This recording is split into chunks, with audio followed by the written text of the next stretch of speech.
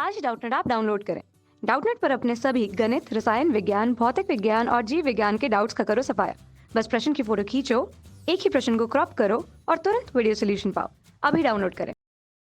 Hello everyone, आज का हमारा क्वेश्चन है ओपेरॉन कॉम्प्लेक्स की संरचना का वर्णन करो। ठीक, तो ये ओपेरॉन कॉम्प्लेक्स या ओपेरॉन होता क्या है ये समझते हैं। ठीक है, देखो यहाँ पे ओपेरॉन का मतलब होता है कि कोई भी डीएनए है। ठीक है, क्या है, कोई भी डीएनए होता है। और सबसे पहले समझ लेते हैं कि ओपेरॉन चलता कहाँ है। ओपेरॉन हमेशा प्रोकैरियोट में चलता है, प्रोकैरियोटिक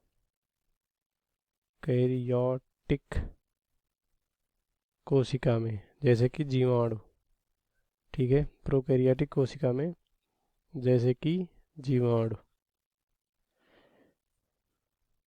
उदाहरण के लिए जीवाणु।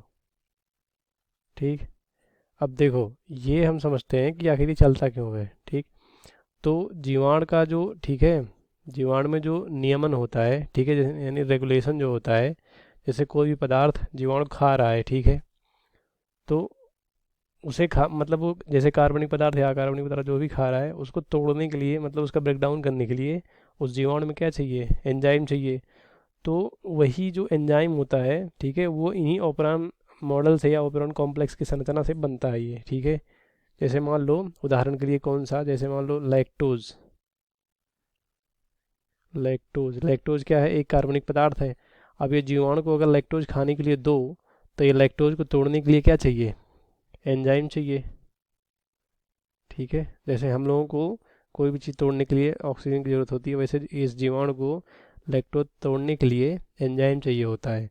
तो ये एंजाइम इसी लैक्टोज संरचना से या लैक्टोज कॉम्प्लेक्स से बनता है, जो कि ये जीवाणु इस क्या करता है, कार्बनिक पदार्थ को तोड़ता है। ठीक, तो जैसे अगर ये लैक्टोज कार्बनिक पदार्थ मिल गया जीवाणु को, मान लो जिस संवर्धन कल्चर में जीवाणु है उसमें क्या है, लैक्टोज है, तो फिर क्या होगा, इसी को हम कह देते हैं लैक ओपेरॉन। क्या कह देते हैं, लैक ओपेरॉन कह देते हैं। मतलब इस जीवाणु में लैक ओपेरॉन जो क्रिया है, या कह सकते हो जो भी, ठीक है, संरचना चल रही है, वो लैक ओपेरॉन है। तो हम लैक ओपेरॉन के हिसाब से देखते हैं कि क्या होता है, ये कैसे होता है। ठीक, जैसे मान लो, देखो क्या हुआ कि अब्सेंस ऑफ इंड्यूसर, मतलब यहाँ पे उत्प्रेरक जो है, ठीक है, क्या, उत्प्रेरक, उत्प्रेरक का मतलब जो बढ़ावा देता है या जो प्रोड्यूस करवाता है, ऐसे कह सकते हो, यहाँ क्या है, अनुपस्थित है। मतलब ये बैक्टीरिया के लिए यहाँ पे लैक्टोज क्या है, और यहाँ पे उत्प्रेरक क्या होगा, लैक्टोज ही होगा। क्या होगा, लैक्टोज। और ये क्या है, ये बैक्टीरिया का कह सकते हो ये mRNA है। ठीक है, ये बैक्टीरिया का क्या है, mRNA। ठीक, तो ये बैक्टीरिया का mRNA है, तो इस पे क्या होगा, देखो जब इस पे क्या होगा, लैक्टोज अनुपस्थित रहेगा। और ये डी जो mRNA होता है, इस पे क्या क्या होता है, ये इसे कहते हैं संरचना जीन, इस वाले पोर्शन को। ठीक है, इस वाले पोर्शन को, ये देखो, इस वाले पोर्शन को संरचना जीन कहते हैं। और यहाँ पे रेगुलेटर होता है, रेगुलेटर एलिमेंट यानी नियामक जो होता है। ठीक, इसे पी को प्रमोटर, ओ को ऑपरेटर कहते हैं। और यहाँ पे इंड्यूसर होता है, सॉरी रिप्रेसर होता है, आई जो होता है। ठीक, तो देखो जब यहाँ पे लैक्टोज क्या है, अनुपस्थित है, जब लैक्टोज अनुपस्थित है तो इस लैक्टोज को तोड़ने के लिए एंजाइम चाहिए होगा, नहीं होगा, क्योंकि लैक्टोज है ही नहीं तो एंजाइम मिलेगा ही नहीं, मतलब एंजाइम बनेगा ही नहीं।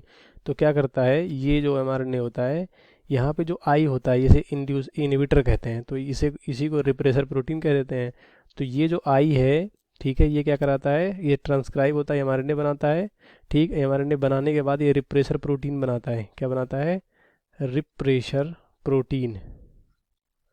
ठीक है, क्या बनाएगा, रिप्रेसर प्रोटीन बनाता है। ठीक, तो ये जब रिप्रेसर प्रोटीन बनेगा, ठीक, तो क्या होगा, ये रिप्रेसर प्रोटीन इस ऑपरेटर पे जाके बाइंड हो जाएगा ऐसे।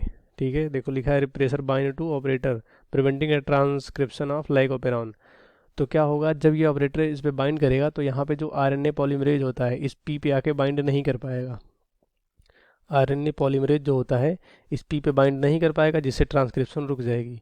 तो हम कह सकते हैं कि ये जो लाइकोपेरॉन है यहाँ पे क्या है, बंद अवस्था में होगा। ठीक है, ये हो गया पहला कंडीशन। अब देखो दूसरा कंडीशन है प्रेजेंस ऑफ इंड्यूसर, मतलब यहाँ पे जो हमारा लैक्टोज है, उत्प्रेरक है, वो क्या है, उपस्थित है। ठीक है, तो ये जो उपस्थित है तो उसके बाद क्या होगा, इस लैक्टोज को तोड़ने के लिए इस mRNA को क्या बनाना पड़ेगा, क्या बनाना पड़ेगा, एंजाइम बनाना पड़ेगा।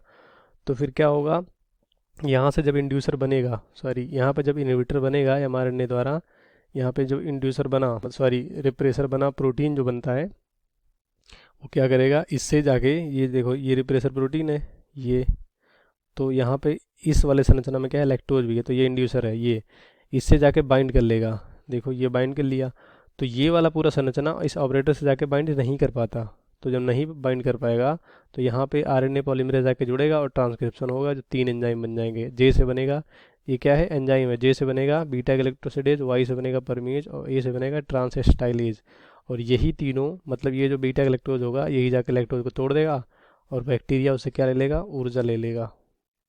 ठीक है, ये होता है। तो इसको हम कह सकते हैं कि जो जेनेटिक रेगुलेशन, जो मतलब कह सकते हो कि जो अनुवांशिक वो होता है, ठीक है, नियमन जो करते हैं इसी से होता है। तो यहाँ पे सिर्फ इतना है कि बैक्टीरिया किसी कार्बनिक पदार्थ को खा रहा है, उसको खाने के लिए एंजाइम की आवश्यकता होती है, तो इसी पे ऑन ऑफ, यहाँ पे क्या होगा, यहाँ पे चालू हो जाएगा लाइकोपरान। ठीक है, यहाँ पे क्या हो जाएगा, चालू हो जाएगा। तो यही पूरी क्रिया होती है। ठीक है, जब लैक्टोज रहेगा तो वो रिप्रेसर प्रोटीन से बाइंड कर जाएगा, जिससे क्या होगा, ट्रांसक्रिप्शन हो जाएगा।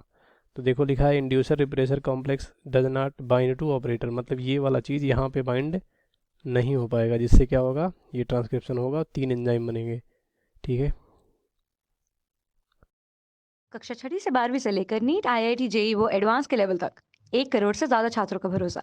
आज ही डाउनलोड करें डाउटनेट ऐप या व्हाट्सएप करें अपने सारे डाउट्स 8400 400 400 पर।